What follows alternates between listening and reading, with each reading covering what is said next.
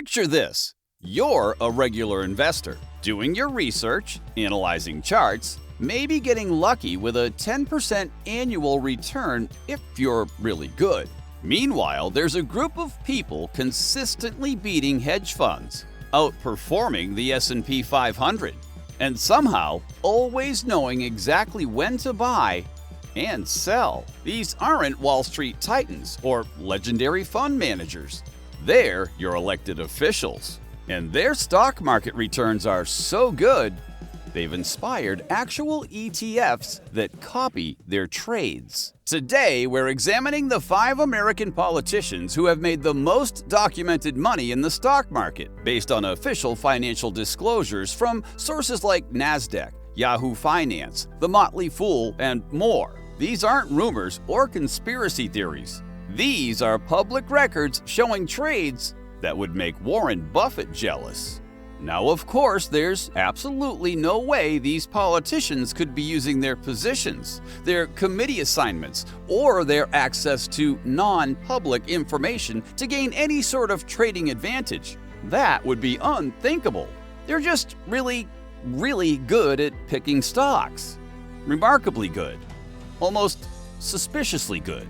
So let's dive into these 5 financial geniuses who just happen to make laws for a living. Starting at number 5, we have Senator Tommy Tuberville from Alabama. The former football coach has apparently taken his competitive spirit from the gridiron to the stock market. And boy, is he winning. Since January 2021, Tuberville has made over 1,334 trades worth $58.5 million. That's more than 1 trade per day the market is open. For context, most financial advisors recommend the average person make maybe a dozen trades per year. But Tuberville? He's out here trading like it's his full-time job, which, to be fair, it probably should be, since he's supposed to be running the country. Here's where it gets interesting. Tuberville sits on the Armed Services Committee, which oversees defense spending. Purely by coincidence, I'm sure, he owns up to $200,000 in defense contractor stocks. Honeywell, Lockheed Martin, Raytheon, General Dynamics, the companies that benefit when defense budgets increase, which is something the Armed Services Committee has influence over. Tuberville has also racked up 132 late disclosure violations, which means he's failed to report trades within the legally required time frame 132 times. The penalty for each violation? A crushing $200 fine. That's right, for someone making millions in trades, the government punishes late reporting with the equivalent of a parking ticket. But I'm sure it's all just good, honest research paying off. Nothing to see here. At number 4, we have a tie between 2 former Georgia senators who achieved legendary status for their market timing during the early days of COVID-19. Their trades were so perfectly timed that they sparked congressional investigations and became a textbook case in, let's call it fortunate coincidences. Kelly Loeffler, whose husband happens to be the chairman of the New York Stock Exchange, executed 27 transactions worth up to $3.1 million between January 24th and February 14th, 2020. The remarkable thing? She started selling stocks the same day she attended a classified Senate briefing about the emerging pandemic threat. Before the public knew how bad COVID would get, Loeffler was dumping hospitality stocks and buying shares in companies like Citrix, which benefited from remote work. Her portfolio is worth over $500 million. So either she's incredibly prescient about global pandemics, or she had some information the rest of us didn't. David Perdue, meanwhile, became the most active trader in Senate history. 2,596 trades during his 6-year term. That's nearly 2 trades for every single day the market was open. During the pandemic period alone, he made 112 transactions worth $2.6 million. Somehow knowing exactly when to get out of travel stocks and into pandemic winners. Both senators were cleared of criminal wrongdoing, which is great news for anyone who believes in the power of incredible luck and impeccable timing.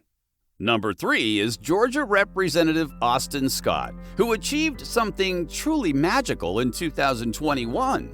He didn't just beat the market, he obliterated it with 2 trades that financial historians will probably study for decades. Scott's claim to fame? 2 separate trades in FuelCell Energy that returned 780% and 571% respectively. These weren't small bets either. They turned his modest portfolio into over $1.7 million in documented gains. For context, if you achieve a 780% return, you've essentially turned $10,000 into $88,000. Professional fund managers spend their entire careers hoping for one trade like that. Scott bought FuelCell Energy in October 2020 and sold it in January 2021, perfectly capturing the clean energy boom. Then he did it again with the same stock. It's almost like he knew clean energy legislation was coming. But surely that's just excellent fundamental analysis at work. After these trades made headlines, Scott became notably less active in the market. Perhaps he decided he'd proven his point about his stock-picking prowess. At number 2, we have New Jersey Representative Josh Gottheimer, whose net worth has mysteriously grown from $5.6 million in 2017 to over $25 million today. That's a 225% increase during his time in Congress, which either makes him an investing genius or suggests his congressional salary is very, very good. His most successful trade was Chemocentrics, which gained 140% when Amgen acquired the company. His multiple meta trades have each generated 100% plus returns. Either Gottheimer has superhuman pattern recognition, or congressional committee work provides excellent market research opportunities.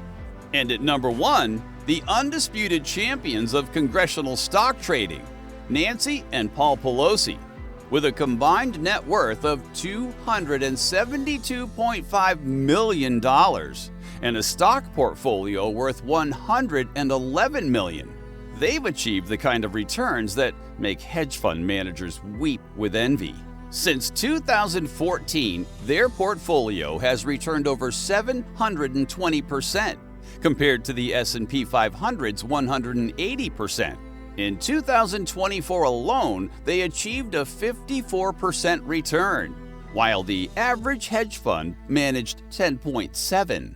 In 2023, they hit 65%, while the S&P 500 returned 24%.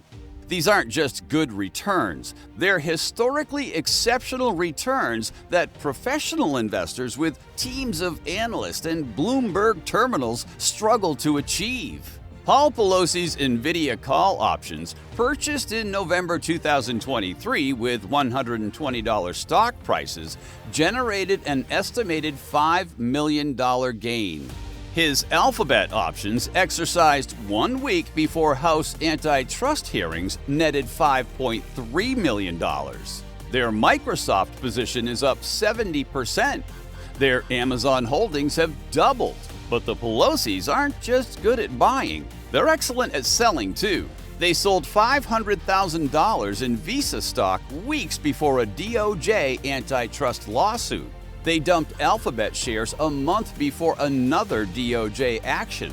Most famously, Paul sold 25,000 NVIDIA shares at a $341,000 loss in July 2022, just days before the House voted on the CHIPS Act, providing $52 billion in semiconductor subsidies. Had they held on to those shares, they'd be worth $12 million more today. The timing is so consistently perfect that there are now ETFs designed to copy their trades. The Nance Fund literally mirrors Democratic politicians' stock picks, because apparently following Nancy Pelosi's portfolio is considered a legitimate investment strategy. So, There you have it, the 5 politicians who've somehow mastered the art of stock trading while simultaneously serving the public. Their combined success rate would be impressive for full-time professional traders, let alone people whose day jobs involve writing legislation and attending committee hearings. It's truly remarkable how these public servants have managed to consistently outperform the market, often through trades that happen to align perfectly with their committee work, upcoming legislation, or classified briefings they attend. The odds of achieving these returns through pure skill and research are, well, let's just say they're approximately the same as the odds that this is all completely coincidental. What do you think? Are these politicians just incredibly gifted investors?